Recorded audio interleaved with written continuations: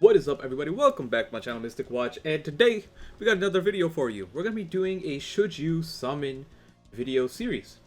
So this is going to be the first Should You Summon video for Grand Cross, since this is the first release banner since Global has come out. This is a video series that I've done for the longest time on Blazing. Pretty much every single banner that came out, I would explain based on what we knew with JP, as well as, the timing of the banners, things like that. And I'll kind of explain why you should or shouldn't summon on banners.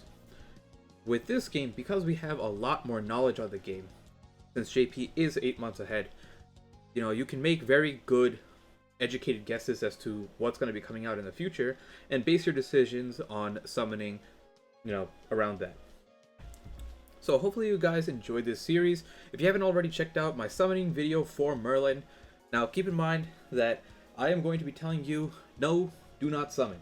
If that's the answer you came for, you can take that and leave.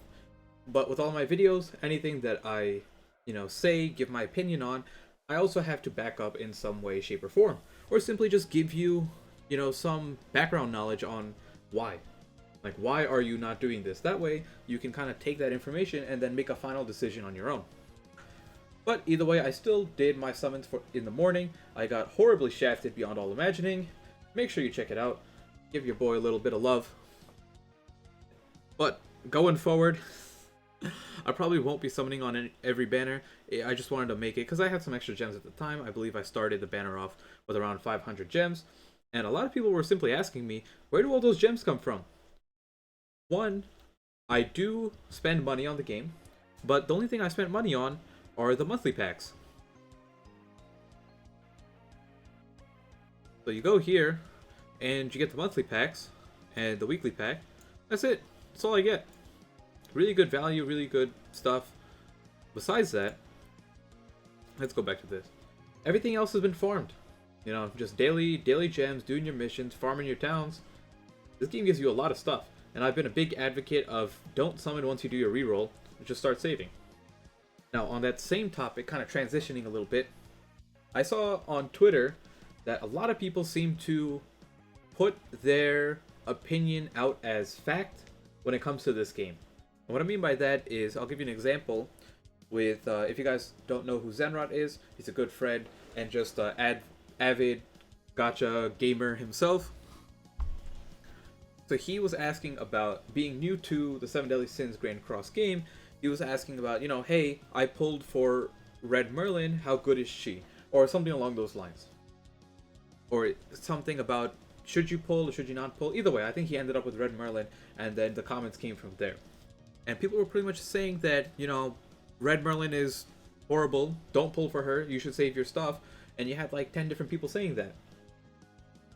Now, my thing with that is, there's nothing wrong with putting your opinion out there on why you shouldn't pull for someone, what your stance is on a character, but you shouldn't force your opinion onto someone. If someone wants to play the game the way they want to play it, let them. That's what I always like to, say is, if Merlin's your favorite character, and the banner is horrible, and you still want to summon, go ahead. I used to do the same thing on Blazing. We'd have garbage banners come out, but it used to be like a Shisui or a Nagato, and I would just summon because I love those characters. Didn't matter if the character was bad or not. So play the game how you want to play. Don't force your opinion or view onto other people, please. I've been seeing that a lot, surprisingly, with this community. But either way, that's just a small little tangent. Let's get straight into the video. With this banner, so like I said do not summon. And I'll be breaking down why. What is the main reason or the points not summoning for this Merlin? Is it because she's bad? No, it's not. She's actually amazing and really is a must-have unit for a good amount of stuff in this game. So what makes it that you don't need to summon for her, right? If she's not bad, why are we skipping this banner? The main reason for skipping this banner is two things. The content cycle and what is actually in the banner itself. Let's start with what's in the banner. The thing is, when this banner came out on Global, when it came out on JP, it came out with two units. It came out with Red Merlin, and it came out with Red Helbram. And at the time, majority of the people were summoning for Merlin because it was the first Merlin card in the game, similar to here. And people kind of underlooked how good Helbram was, but eventually eventually we realized that Red Helbram was actually significantly better than Merlin, and he was a must-have unit. You know, like if you did not have Red Helbram, you were missing out on a really amazing unit. The fact that Red Helbram is not in this banner suggests that he's going to be in his own banner, or something's going to be different, right? He's going to be in a banner with someone else. That makes it a lot, you know, that alone makes summoning on this banner a lot less desirable. And the Red Helbram is, you know, one of the key units in the Cancer PvP comp known as Kingbrum. And I'm sure if you ask a JP player about Kingbrum, they will tell you about their PTSD stories facing that on the ladder. That team has existed since day one of Helbram dropping, all the way up until today. And the team was Gother, free to play like Story King, and Helbram. And that team just lives through, you know, night and day and ravages through everything. Super consistent team, usually top of the meta. And that's kind of why you really want to summon for him, because he's always going to be useful. And then on top of that, he's an amazing unit for story. He's a red unit that we don't have too many strong red units in the game right now until a couple more people come out. And like that's really the majority of the stuff when it comes to Red Helbram. Now there's a couple other things with the banner itself. Take a look at the rates. You have a 0.5% rate. When the same banner came out on JP, we had Helbram and Merlin, like I said, but we had a 1% rate on each of them, and then a 1% rate for the remaining units. That is not being done here. They're going with a 0.5% rate. Now, to be fair, 0.5% rate is the standard rate that they are using now, so they've been doing this for the last several months. That 1% rate, you know, hasn't happened in a while. I wish they would go back to it. I prefer having the featured units slightly more available to get, because there is no, you know, step system in this game. The rate has to kind of be compensated in a little bit. The second thing is, one, there's a weird thing. They dropped this Elizabeth out of nowhere. Like, they talked about the Merlin, but this Guardian, Hawk, and Elizabeth, if you go into Heroes, you know, she wasn't there for you to get before. I believe she was here, like in the actual like game library, but you weren't able to summon for her until this banner, which is interesting. She's also another really good unit, so that is one positive for this banner, but that alone like doesn't make it worth summoning. Now the other main reason as to not summon for this banner is this. There are no 7 Deadly Sins units on here. So the actual 7 sins, right? No Meliodas, no King, Diane, no Bond, no Gother, and I'm missing one. King, Diane, Bond, Gother, Meliodas, and then, oh yeah, Merlin is one of the sins. And then Escanor is going to come out most likely in like 2 months, I'd say. But that's kind of part of the next topic. But yes, those 7 sins, 6, 5 technically, are not in this banner. And that's a big issue because you really want more copies of Meliodas if you don't have them. If you do have them, you know, you want a copy of Meliodas if you don't have him. He's also just nice if you already have him to feed a dupe into him. His very, like, longevity-wise, he's going to be useful for a really long time. But the main thing is the fact that you can't get Green King. Green King is one of the units that is borderline a necessity in this game when it comes to Grey Demon. And with Chapter 6 just dropping, Grey Demon is already out. I said on my tier list, on my reroll list, that Green King and Jericho were the 2 best units to reroll for besides Meliodas. And this is exactly why. So the fact that you cannot pull him in here as well is kind of rough. He's in the coin shop for you to get with.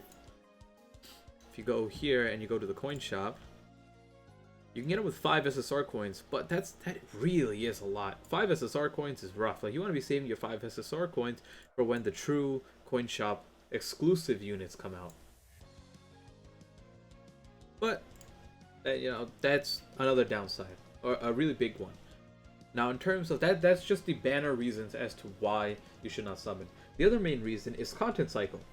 This game's cycle is really fast compared to JP. And now the game's only been out for 1 week, but we already knew that they were going to try to catch up to JP. How fast is it going to do that? No one knows. But Netmarble, in their other games that they have, King of Fighters, Knights Chronicle, they do catch up the storyline or the content cycle very, very quickly. Even if the game drops months apart, they try to just get them closer together. Meaning, this update on JP took about 3 weeks, whereas we got it after week 1. It hasn't even been like a full week until tomorrow, I think, right? No, today. No, today is the full week. Yeah. What am I talking about? But it's been a full week now.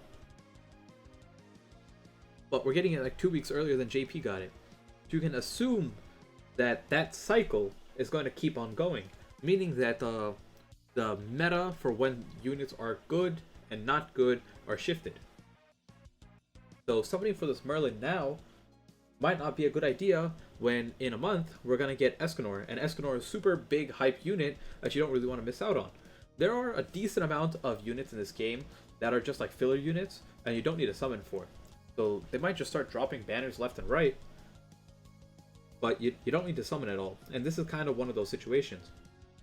The other benefit to not summoning is once this unit leaves, you can it's hard to read the text, but you can see here, new heroes are added to hero draw after pickup period. Pretty much meaning that once this goes away, this Merlin is going to be added to the general pool. Yeah, so she's going to be in this general pool of characters. I have voice crack. And she'll also be... Why can't I see the... Okay. Okay. She will also be in the GSSR pool as well. Meaning you have a decent chance of pulling her, when she leaves. So it's not like you're missing out on pulling her, and there are no festival characters in this game. If you don't pull for her now, it's not like she's disappearing. The only people that are exclusive are event units. Event units meaning like seasonal units, like Halloween units or Valentine's Day units or New Year's Day units. Or original characters.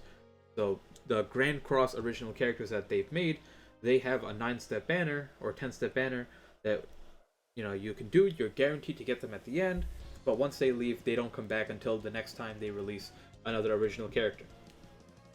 Besides that, every other unit, if they're not a coin shop unit, is going to be in the general pool. So you have plenty of options, or plenty of attempts to get them, which allows you to skip banners more frequently and save your gems for units that actually matter, or more so units that are a must-have. So that is really the main point that I'm trying to make, and hopefully that kind of explains it a little bit better. Now, when it comes to upcoming banners, I'm going to be making a separate video on that because there's so many different data mines we have and speculation that we have to go on by the rate at which they are dropping updates. So that's going to be a discussion for another video. Hopefully this explained a good amount as to why you should not summon for this banner and kind of give you a little bit of insight as to how I make my decisions. If this helps you out, let me know down below, and I'll see you all in the next one. Peace out.